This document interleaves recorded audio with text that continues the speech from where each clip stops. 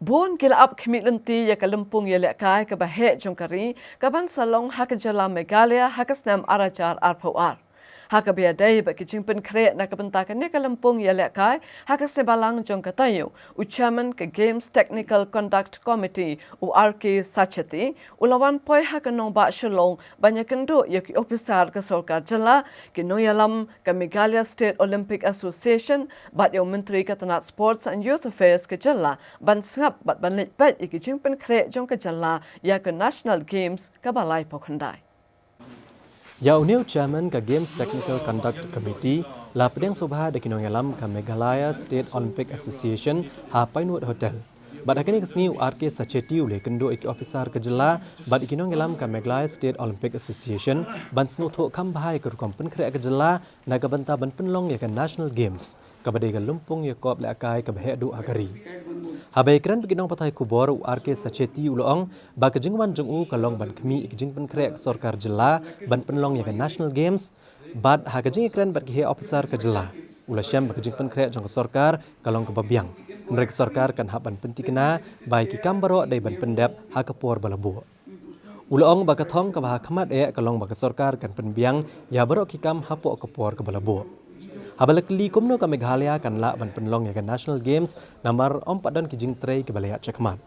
URK Sacheti uloong ba sorkar jela kala itu ba kila dap ban yo ya ka jaka ban thaw ke stadium melakai ban ladap ru ban IT ya ki kontrak ban pentrei kijing tai boper bat ki company ke belatung da ke sorkar kidang trei bat penkrea kumno ban pentelun no ya baro ki kam ki jam.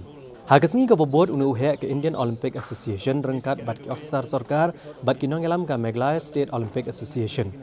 Kilalit ban jengo ek jaka ha mau diang ka batmu ban shna ka Games Village bat ru ek jaka ban shna stadium nalor ka Jawaharlal Nehru Stadium Shillong na ka banta ban penlong ya ka National Games.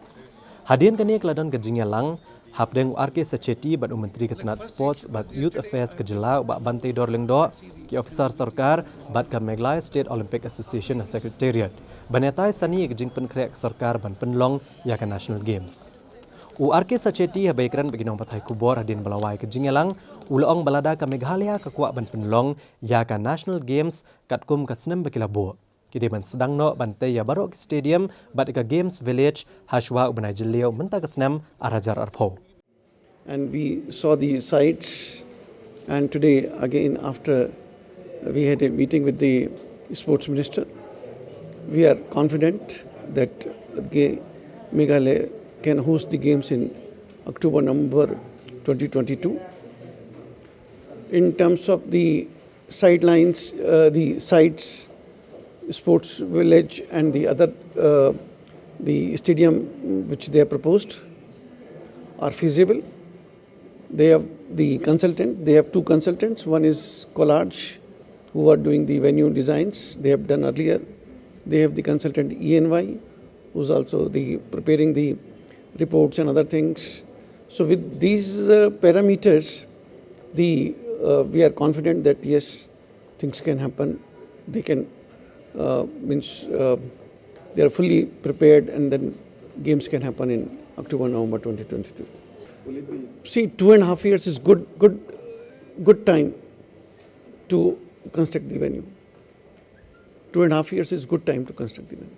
If they delayed this timeline, June timeline, like construction will start in June, if they delay that timeline, then it is the worry.